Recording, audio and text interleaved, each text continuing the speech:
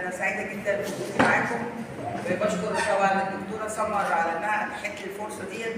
احنا طبعا من 3 سنين كانت دعتني الدكتوره سمر عشان نتعاون معاها في ان انا ازاي نوفر الادويه. طبعا الادويه بقت غاليه جدا، ناقصه جدا في السوق.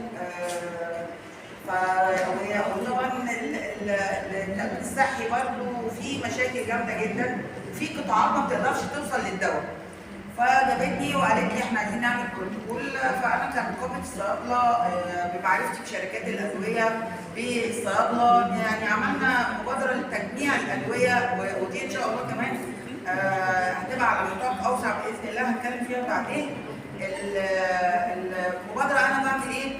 بشخص يعني بكلم شركات الادويه، المندوبين اللي معاهم ادويه، الصيادله اللي عندها ادويه بيجي لنا في تبرعات بتيجي في بعض الجمعيات الاهليه فيها عندها ادويه بتبقى مش متوفره، قصدي عندها متوفره بس مش بتعرف تصرفها، بلف عليهم وبجيبهم. طبعا ان انت تقدري تبقى متطوعه وتقدري تعملي ده بنفسك ده متعه، يعني مش بيحس بيها غير اللي بيعمل زيه.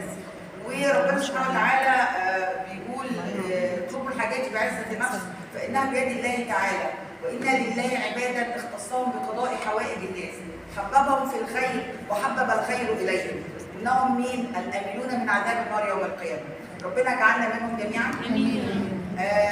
يعني ده زي ما بقول لك ايه، ده منهجي في الدنيا، وبحس ان انا وانا بعمل ده ان انا يعني بقدر اتقرب لربنا بالطريقه دي.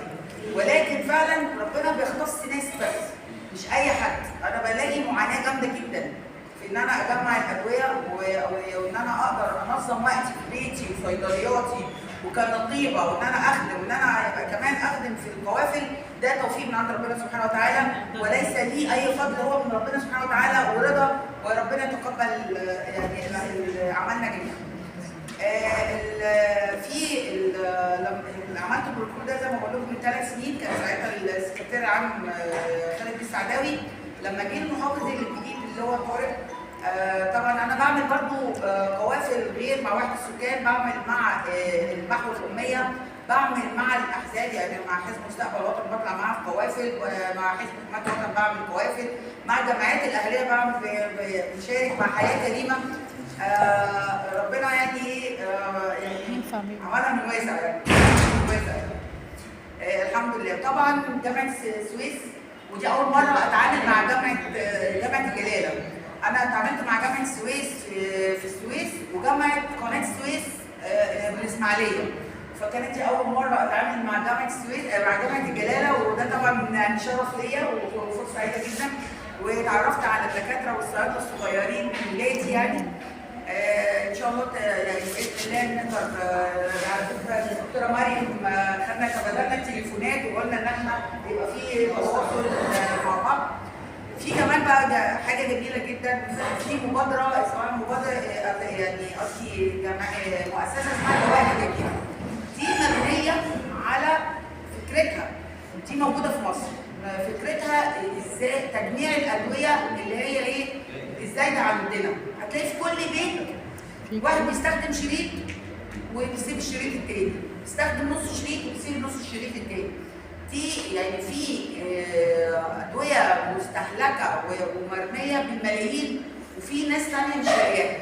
فالجمعيه دي او المؤسسه دي بتجمعها وبتعيد فرزها، والاكسباير بتبعده والسليم وبتعيد توزيعه.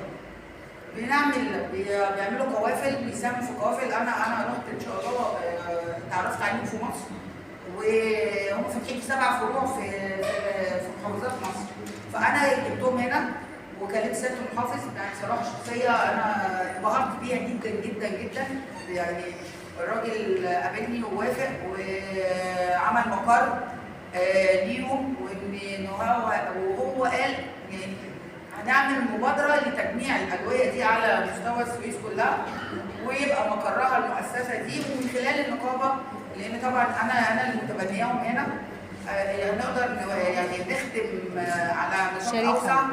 لان طبعا النهارده الادويه احنا كنا متكاملين مع بعض، يعني الحمد لله. يعني انا الادويه اللي ما كانتش معايا كانت معاكم، واللي كانت معايا مش معاكم، فالحمد الحمد لله كنا متكاملين النهارده، وفرصه ان احنا نقدر نخدم على قد ما نقدر. وده زي ما بقول لك ايه، مش فضل مننا، ده تكريم من ربنا سبحانه وتعالى، يا رب ويتقبل مننا جميعا. مشكوره جدا.